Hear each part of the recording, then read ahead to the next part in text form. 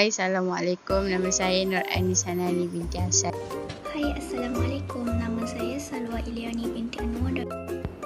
Saya Siti Nur Isma binti Jamaluddin Amini.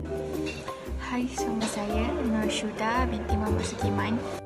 Hari ini saya ingin menceritakan sejarah baba dan nyonya. Kebanyakan anak-anak baba dibesarkan mengikut cara hidup dan upacara agama orang Cina yang diubah oleh unsur-unsur kemelayuan serta unsur-unsur tempatan yang lain. Pada tahun 150 tahun lalu, upacara ini telah diubah suai. Pada kurun ke-15, wilayah-wilayah Kepulauan Melayu selalunya memberi penghormatan kepada pelbagai kerajaan seperti negara Cina dan Siam. Menurut penerangan tradisional, pada tahun 1459, Raja Cina telah menghantar puteri Hang Lipo kepada Sultan Melaka sebagai satu tanda penghargaan kepada penghormatannya. Sejak beberapa kurun, peranakan telah mewujudkan satu budaya yang unik dengan mengekalkan budaya tradisi Cina seperti meraihkan perayaan Tahun Baru Cina, perayaan Tanglong dengan mengikut budaya tempatan dan juga penjajah. Seterusnya mengenai budaya.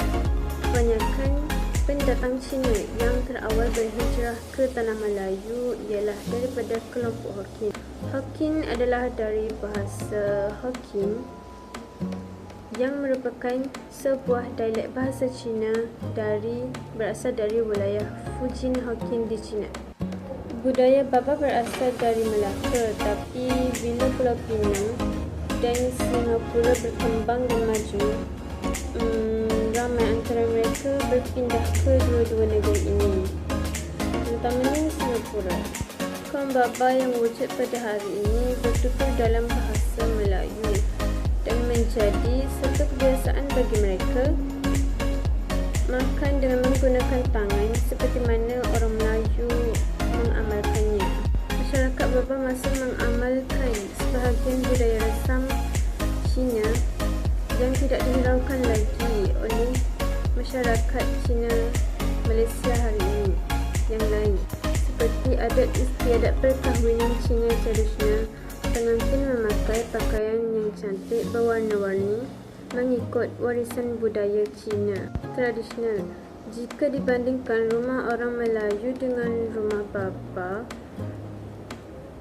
dibina berdasarkan plan-plan tradisional. Seterusnya mengenai pakaian baba dan nyonya.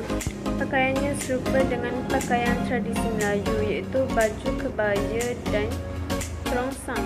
Kasut manik adalah alas kaki buatan tangan yang memerlukan kemahiran dan kesabaran yang tinggi untuk menghasilkannya. Pada mulanya, manik-manik yang diperlukan untuk menghasilkan kasut manik diperoleh daripada Eropah. Lama kelamaan banyak diperoleh daripada Jepun. Rekaan kasut manik tradisional memperlihatkan motif bunga Eropah dan warnanya dipengaruhi oleh tembikar. Seterusnya, kasut manik ini diberi rekaan moden, iaitu tambah tumit. Sekian itu saja daripada saya. Terima kasih. Dan saya ingin menyambung tentang agama mengenai baba dan nyonya. Baba dan nyonya mengamalkan agama-agama tradisional Cina seperti menyambut Tahun Baru Cina dan perayaan Tanglong, sambil mengamalkan adat resam Melayu dan penjajah Barat. Pengaruh Portugis, Belanda, British, Melayu dan Indonesia meninggalkan kesan dalam budaya peranakan. Seterusnya ialah mengenai perkahwinan. Dari abad ke-19 dan awal abad ke-20 menyatakan bahawa lelaki baba lazimnya mengahwini wanita dalam masyarakat peranakan setempat. Pada kalanya, keluarga peranakan membawa masuk pengantin dari China atau menghantar anak perempuan ke China untuk mencari suami. Seterusnya ialah lamaran memerlukan buah tangan seperti pinangan, iaitu bakul berkilau bertingkat yang dibawa oleh pengantara yang mewakili pelamar kepada ibu bapa pengantin idaman. Seterusnya ialah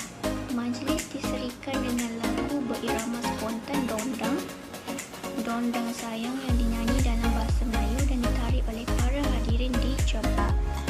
So, saya menyambung pembentangan mengenai muzium. So, bahan-bahan sejarah dari kebudayaan Baba dan Nyonya dipamerkan di pusat-pusat kebudayaan seperti Jonker Street kat Melaka. So, Pulau Pinang dan Muzium Peranakan dekat Singapura ni di tempat-tempat sedemikian. So, kita boleh tengok, kita boleh mencari muzium pamerkan perabot makanan dan pakaian tradisi Baba dan Nyonya. Ada juga kedai-kedai makan Nyonya di Singapura, Pulau Pinang, Melaka, Jakarta, Semarang dengan Surabaya, dan juga di barat. Pertunjukan seni peranakan mingguan juga diadakan di Pasar Malang, Jonker Street. Seterusnya, saya ingin menceritakan tentang toko-toko Baba Nyonya. Toko-toko Baba Nyonya ini mempunyai dua toko, iaitu yang pertama Tun Dato' Sri Tan Cheng Lock dan juga Tan Siew Sin.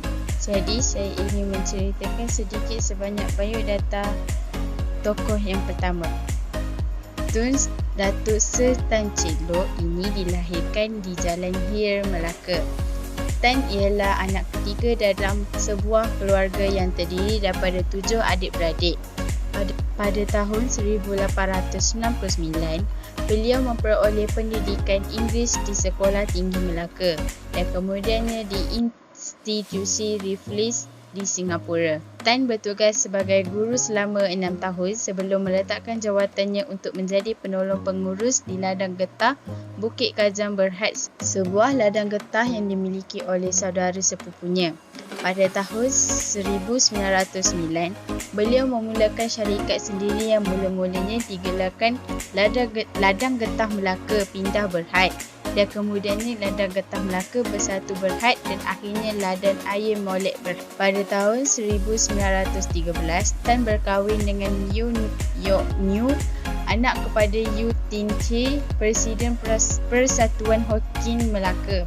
Mereka dikurniakan dengan seorang anak lelaki, Tun Tan Siew Sin, bakal Menteri Kewangan Malaysia, dan 4 orang anak perempuan. Kemudian, beliau meninggal dunia pada 16 Disember tahun 1960 di Hospital Besar Melaka akibat sakit jantung ketika berumur 77 tahun. Okey, so saya menyambung pembentangan daripada kawan saya mengenai Tan Siew Sin. Okey, Tan Siew Sin ni merupakan anak tunggal negarawan dan dia juga presiden pertama MCA. So dia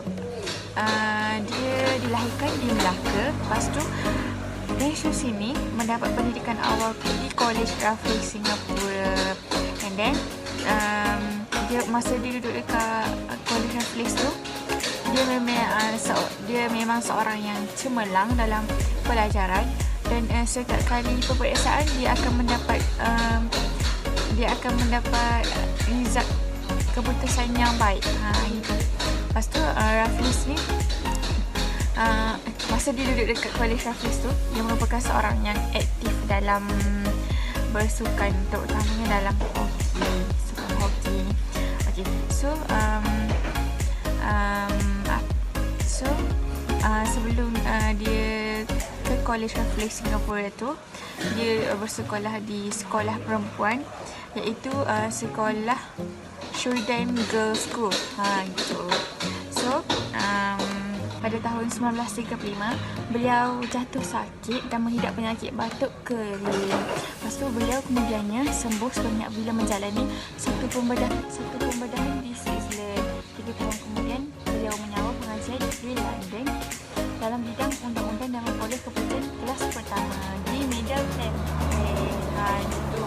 Lepas tu, salah satu dari 4 institut perundangan terkenal di London. Lepas tu, beliau pun meninggal dunia pada 17 Mac 1988 di Kuala Lumpur akibat sakit jantung. Lepas tu, beliau telah berkahwin dengan Puan Catherine Lim Chong Neo pada 8 Februari 1947. Lepas tu, mereka dikurniakan memusnahkan 3 orang anak perempuan. Okay. So, lepas pada tu, apabila Perang Dunia berlaku, tentera Jepun telah menyerang tanah Melayu. Tentera Jepun telah memusnahkan dan menguasai kepentingan British dan Melayu. Dan Siu Sin dan orang Cina yang pro-British merasakan tidak selamat. Saya tak selamat. Dan mereka pun berpindah